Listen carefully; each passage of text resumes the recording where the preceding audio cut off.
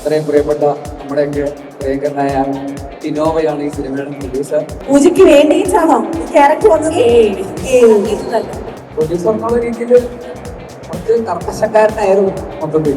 എന്റെ നാടാണ് തിരുവനന്തപുരം. അപ്പോൾ എനിക്ക് ഭയങ്കര സന്തോഷമുണ്ട് ഇതിവിടെ മരണ മാസ്റ്റർ പ്രൊമോഷന്റെ ഭാഗമായിട്ട് ഇവിടെ വരാൻ പറ്റിയതില്.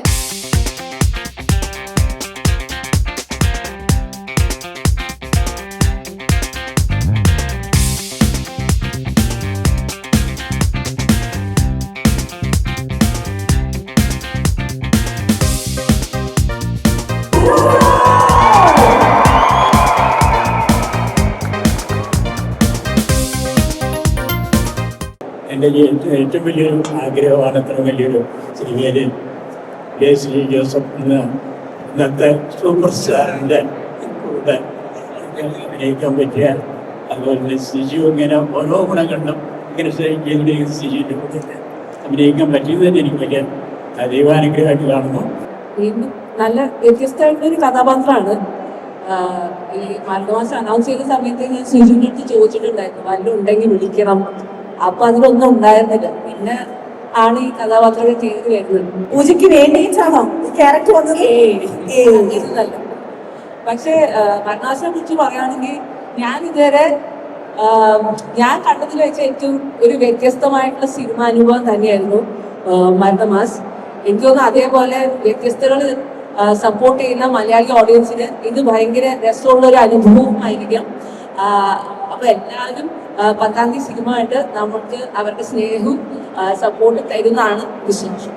എന്റെ നാടാണ് തിരുവനന്തപുരം. അപ്പോൾ എനിക്ക് ഭയങ്കര സന്തോഷമുണ്ട് ഇതിവിടെ മരണ മാസ്റ്റർ പ്രൊമോഷന്റെ ഭാഗമായിട്ട് ഇവിടെ വരാൻ പറ്റിയതില്. എല്ലാവരും 10-ാം തീയതി നമ്മുടെ സിനിമ പോയിട്ട് കാണണം. എനിക്ക് എല്ലാവർക്കും ഭയങ്കര എൻജോയ് ചെയ്ത് കാണാൻ പറ്റുന്ന ഒരു കൈൻഡ് ഓഫ് മൂവി ആയിരിക്കും എന്ന് പ്രതീക്ഷിക്കുന്നു. Okay, thank you.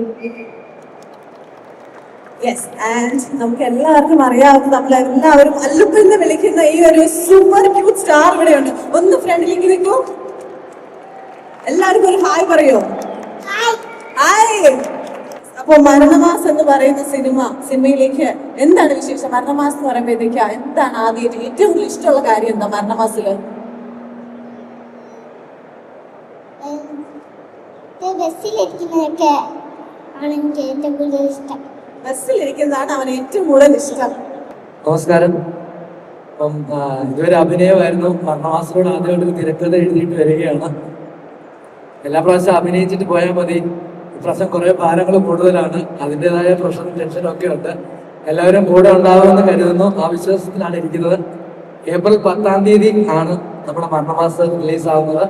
എല്ലാവരും സമയം പോലെ പോയി കാണുക. അന്ന് നമ്മൾ മാത്രമല്ല, ആലപ്പുഴ ചിന്താനയുണ്ട്, ബസ്സൊക്കെ ഉണ്ട്. എല്ലാ പടങ്ങളും കാണുക. എല്ലാവരെയും വിജയിപ്പിക്കുക. ആദ്യമായി നമസ്കാരം ട്രിവാൻഡ്രം. എല്ലാവർക്കും നമസ്കാരം. ഒരുപാട് സന്തോഷം. ഇത്രയും പ്രിയപ്പെട്ട നമ്മുടെയൊക്കെ പ്രിയങ്കരനായ ടിനോവയാണ് ഈ സിനിമയുടെ പ്രൊഡ്യൂസർ. ടൊവിനോ തോമസ് പ്രൊഡക്ഷൻസിലുള്ള സിനിമയാണ്. അപ്പോൾ അതായിരുന്നു ഞാൻ ഈ സിനിമ ആദ്യം ടൊവിയാണ് എൻ്റെ അടുത്ത് എന്നെ സജസ്റ്റ് ചെയ്യുന്നത്. പിന്നെ ഇതിൻ്റെ ഡയറക്ടർ ശിവപ്രസാദ്, ഞങ്ങൾ മിന്നൽ മുരളി എന്നൊക്കെ പറയുന്ന സിനിമയിൽ സംവിധായകനൊക്കെ ആയിട്ട് വർക്ക് ചെയ്തിട്ടുള്ള ആളാണ്.